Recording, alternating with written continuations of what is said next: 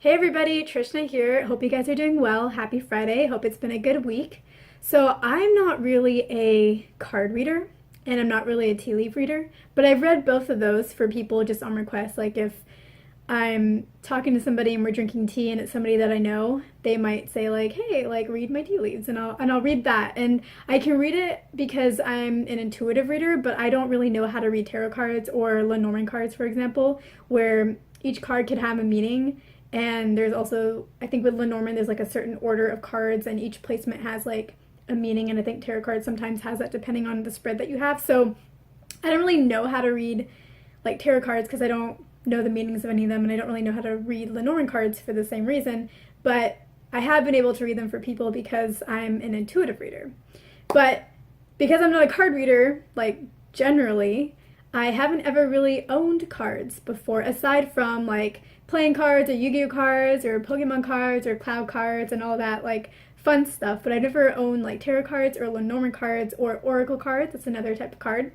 Until recently when I saw a video of somebody showing like using their Lenormand cards, and it was the Lenormand like Gilded Reverie deck, and it just had like the gold edging on it and it was so pretty, and then I just had to buy it because the cards just looked so nice and I just wanted the cards to look at. So I thought I would share that with you guys, share the deck that I have, and then also pull a card and do an intuitive read, so more of my style read, and let you guys know what's in store for the second half of August. So basically the cards came in one of these boxes.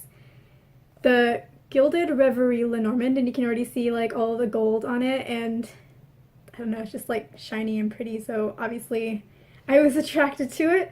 And yeah, when you get the cards, you can see that it has gold like on all the edges. And yeah, like just looking at the cards, hold on, there's one that like I can't really show. Okay. And just like all the artwork is just so pretty. Like,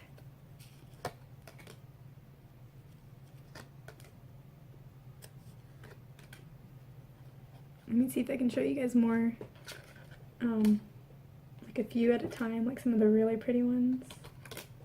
Hold on. Oh my gosh. Oh my gosh. Just like, it's so nice. Like this house and this rainbow. What else? Rings and compasses and just, yeah, so basically I bought these just because they were pretty, and because I am an intuitive energy reader and can read basically anything. It still serves the reading purpose, and so yeah, I'm gonna go ahead and pull a card for you guys, and that will be the card that is for how, like, what you guys need to know for the second half of August, like how it's gonna go for you. So I haven't really done a reading for August for you, so this will be part of it, I guess. So this is the card that I got. It's number 17, and it has like these two birds on it. And this is, like I was saying, how, like what you guys need to know for the second half of August and how it's gonna go. So basically what I get from this card is that I think there's been a lot of stress or agony that's been leading up to the second half of August. Like I think it's more recent. And that's okay. Like going into the second half of August, you're doing well. You're doing really great actually. And it's like there isn't a lot going on, but like I was saying, it's in a good way, because it's nice to be able to like relax and kick back a little bit and not have to worry. Like when you've been feeling this agony and then suddenly there is this relief and this release, like it feels pretty good. It feels nice, and you really don't want a lot of excitement in your life.